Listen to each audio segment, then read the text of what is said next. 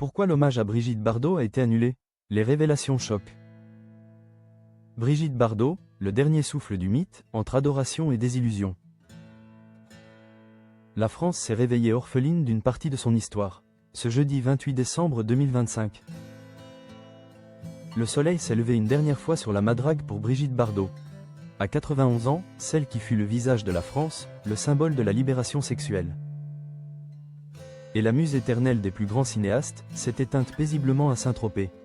Entourée de ses proches et de ses fidèles compagnons à quatre pattes, Bébé a tiré sa révérence, laissant derrière elle un héritage aussi monumental que déchiré. Brigitte Bardot n'était pas seulement une actrice, elle était une révolution. Sous l'œil de Roger Vadim dans Et Dieu créa la femme, elle a inventé la femme moderne, insoumise, libre et foudroyante de naturel. Avec le mépris de Jean-Luc Godard. Elle a atteint les sommets du 7e art, offrant au cinéma mondial des images d'une beauté mélancolique qui ne faneront jamais. Elle était le glamour absolu, l'insolence d'une époque qui découvrait la liberté.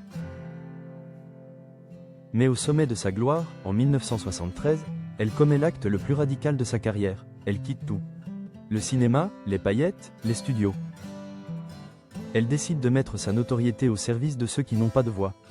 En 1986, elle crée la fondation Brigitte Bardot, devenant la figure de proue mondiale de la cause animale. Des banquises où elle défendait les blanchons au refuge de El Hexagone.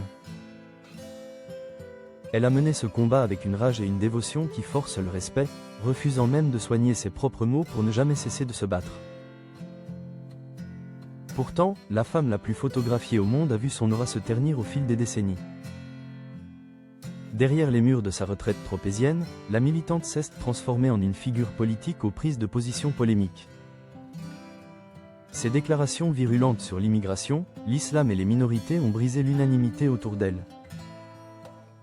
Condamnée à plusieurs reprises par la justice française pour incitation à la haine, elle s'était rapprochée de courants d'extrême droite, créant une fracture indélébile entre le mythe cinématographique et la femme publique. La mort de Bardot a immédiatement provoqué une onde de choc international, illustrant parfaitement ce malaise contemporain. La sensation pop américaine Chappell Roan a d'abord publié un vibrant hommage sur ses réseaux sociaux, déclarant que Bébé avait été l'inspiration majeure de son tube Red Wine Supernova. Mais la réalité du passé de l'actrice a rapidement rattrapé la chanteuse. Alertée par des milliers d'internautes sur les condamnations et les propos haineux de l'icône, Chappell Roan a supprimé son message dans l'heure, publiant une story Instagram d'une franchise brutale. Putain, je ne savais pas que Madame Bardot défendait toutes ces horreurs. Je ne cautionne pas ça. C'est très décevant. Ce revirement symbolise la complexité de l'héritage de Bardot. Peut-on encore célébrer l'artiste sans cautionner la femme? Avec la disparition de Brigitte Bardot, c'est tout un pan du XXe siècle qui est ce accent aigu vaporé. Elle reste cette figure duale.